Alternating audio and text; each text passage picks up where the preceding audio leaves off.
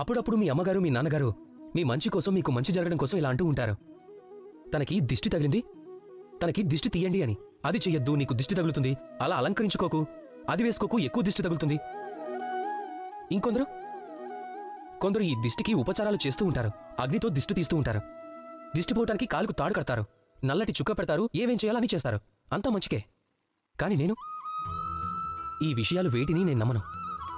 నేను నమ్మేది ఏమిటి అంటే, ఒకవేళ మీ మనసు మంచిదే అయితే మీకెప్పుడు ఏ దిష్టి కూడా ఎలాంటి చెడు కానీ హాని కానీ తలపెట్టనే లేదు. చీకటి ఎప్పుడు కనిపిస్తుందంటే, ఎవరింటి కిటికీలకు పరదాలు కప్పి ఉంటాయో అలాంటి ఇంట్లోనే చీకటి కమ్ముకుని ఉంటుంది. తుఫాను కూల్చగలిగేది ఎలాంటి ఇళ్లను అంటే, ఏ ఇంటికైతే పునాదులు సరిగ్గా ఉండవో. ఇక మీ వ్యక్తిత్వానికి పునాది మీ యొక్క ఆలోచన, అలాగే మీ దృష్టికోణం.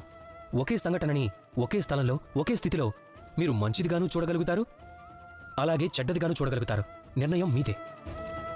ఈ ప్రపంచాన్ని ఎలా చూస్తారో మీకు అలానే కనిపిస్తుంది. అందుకే గుర్తుపెట్టుకోండి, మీకు తగిలిన దిష్టిని కాదు, మీ దృష్టికోణాన్ని జాగ్రత్తగా చూసుకోండి. ఎప్పటి నుంచో ఉన్న నానుడి ప్రకారం ఈ ప్రపంచంలో చెడు దిష్టికి ఉపచారాలనేవి ఉన్నాయి, అంతేకాని చెడు దృష్టికి కాదు.